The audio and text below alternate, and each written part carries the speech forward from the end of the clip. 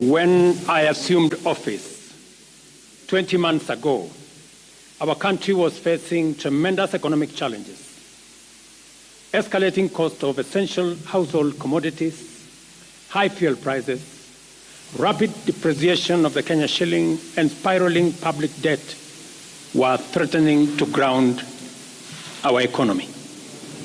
My administration has worked hard and consistently so that today, the prices of essential commodities like unga have dropped from 240 shillings for a 2-kilogram packet to Kenya shillings 100, majorly attributed to our fertilizer subsidy program, the resilience of our farmers, and good rains that were given to us by God. During the period, we reduced the price of fertilizer also from 7,500 to 2,500. Petrol prices have come down from a high of 217 to now 187 a litre. The shilling has strengthened against the dollar from a high of 165 to now 127, 128. We have made significant progress in pulling the nation back from the brink of debt distress. Our debt situation is better managed, and our budget now has space for investment and in programs aimed at easing the hardship on vulnerable people and creating opportunities for our young people. Our GDP grew by 5.6% last year, ranking Kenya among the 27 fastest growing economies in the world. Our inflation figures have fallen from a high of 9 and 8 in May last year to 5% in April this year. It is instructive for the nation to know that for every 100 shillings we collect as taxes, we spend 61 shillings in debt service.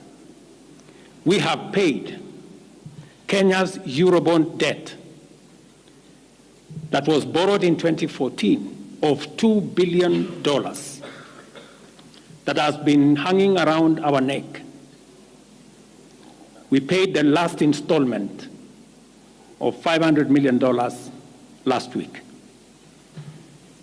Today, Kenya's debt burden is much less, more sustainable, and we are on course to redeem our country from the discomfort of debt and assert our sovereignty.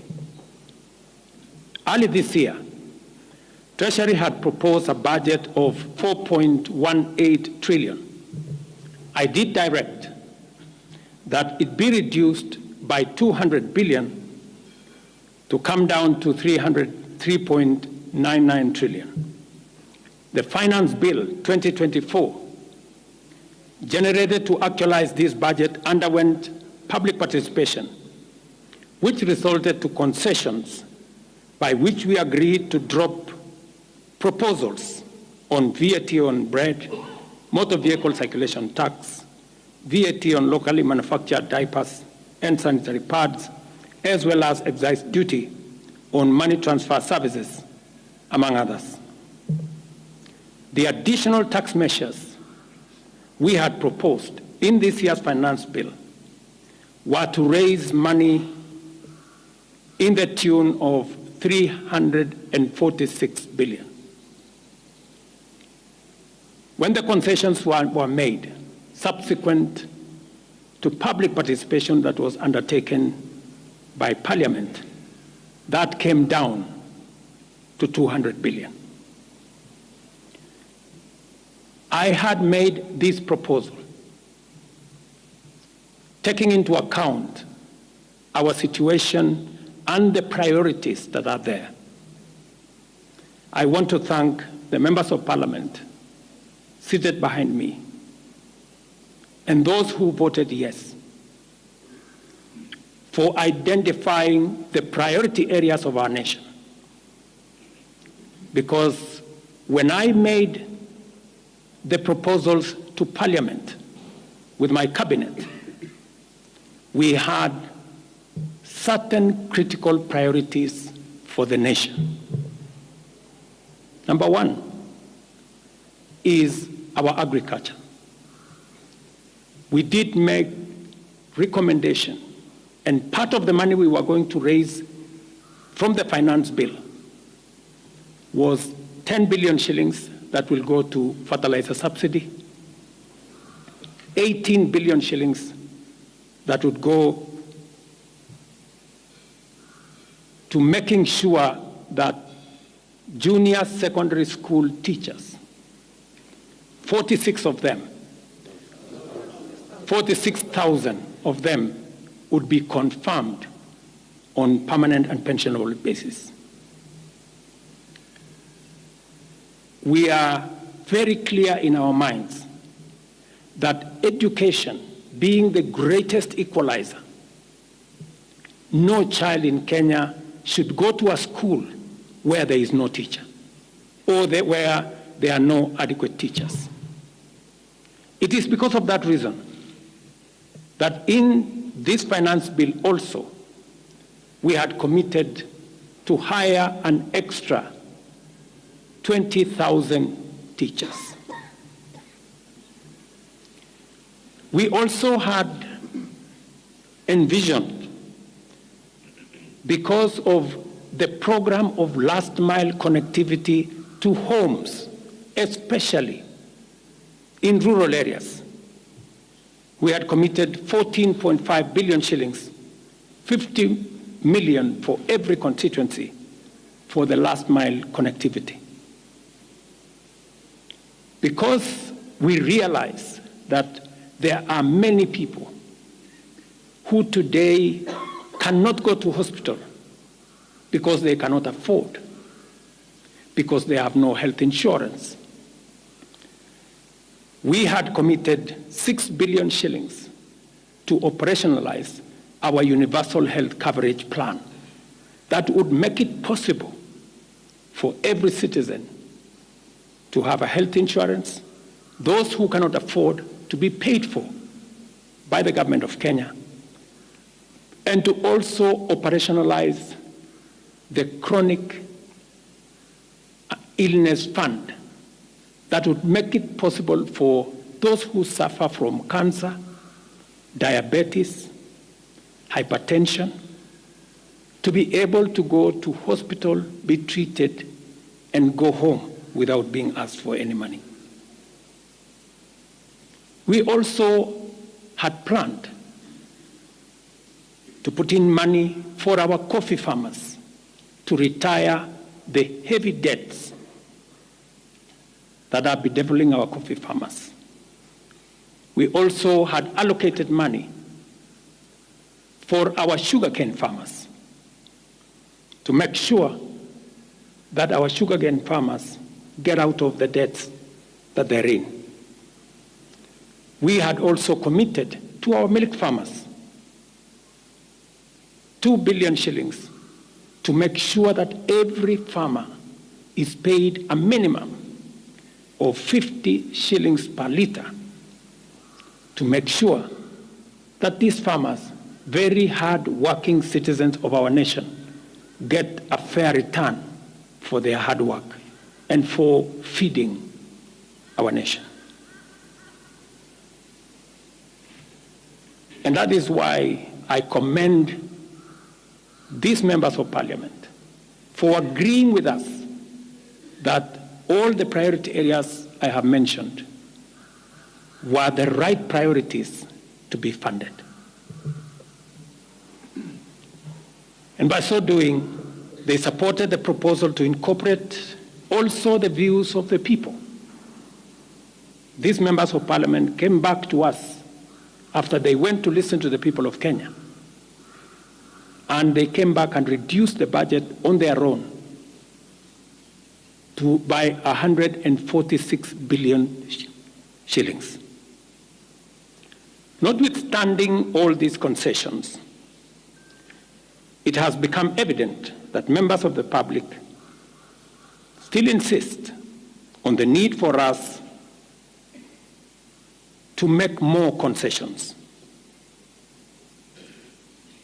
And because I run a government, but I also lead people, and the people have spoken, I am grateful to all the members of the National Assembly who voted yesterday affirmatively for the Finance Bill 2024 as amended on the floor of the House to incorporate the views generated through public participation. And following the passage of the bill, the country witnessed widespread expression of dissatisfaction with the bill as passed, regrettably resulting in the loss of life, destruction of property, and disintegration of constitutional institutions. On my own behalf, and on behalf of these members and many other Kenyans, I send my condolences to the families of those who lost their loved ones in this very unfortunate manner. Consequently, having reflected on the continuing conversation around the content of the Finance Bill 2024, and listening keenly to the people of Kenya who have said loudly that they want nothing to do with this Finance Bill 2024, I concede, and therefore I will not sign the 2024 Finance Bill, and it shall subsequently be withdrawn, and I have agreed with these members that that becomes our collective position.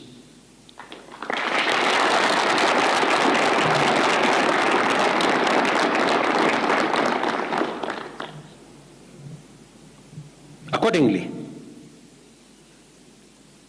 there is need for us as a nation to pick up from here and go into the future.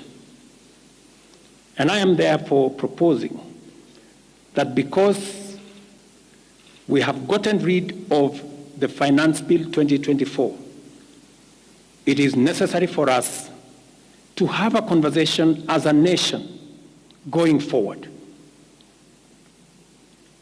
How do we manage the affairs of the country together? How do we manage our debt situation together? How do we work on the budget with the deficits that now exist together? And as I committed last Sunday, I will be proposing an engagement with the young people of our nation, our sons and daughters, for us to listen to them. As I said on Sunday, listen to their views, listen to their proposals, their ideas, their concerns, and what they think we should do better as we go forward. I am also recommending a multi-sectoral, bipartisan, multi-stakeholder engagement from civil society, religious organizations, professional bodies, for us as a nation to speak to the future of our country, again, together. And this will be on matters that are contained in the bill and matters that the people of Kenya have canvassed in the conversation that has been going on. In this regard as well, I am directing for immediate further austerity measures to reduce expenditure, starting with the Office of the President, the entire presidency, and extending to the entire executive arm of government. Operational expenditure in the presidency be reduced to remove allocations for the confidential fort, reduced travel, hospitality, purchase of motor vehicles, renovations, and other expenditures. This will cover the entire presidency and also the executive arm of government.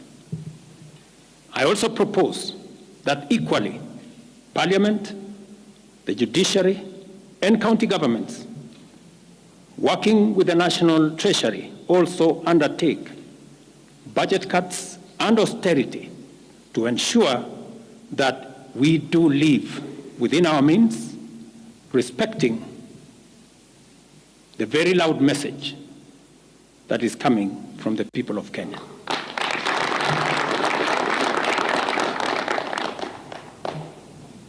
And let me confirm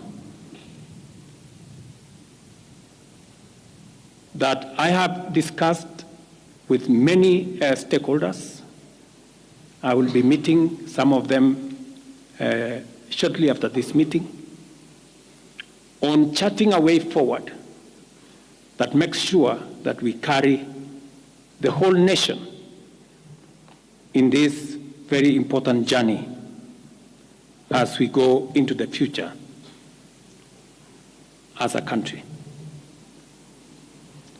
Let me also confirm that as we deal with austerity, the loud message on dealing firmly, decisively, and expeditiously with corruption is a matter that we have discussed and we have agreed that it will take the front burner as we go into the future.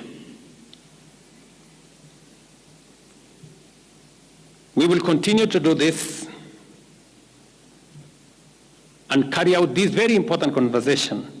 And I want to remind us that we should proceed within the foundational principles upon which our nation is founded, namely constitutionalism, adherence to the rule of law, and respect for constitutional institutions. We must continue to operate within the parameters of the law. I thank you.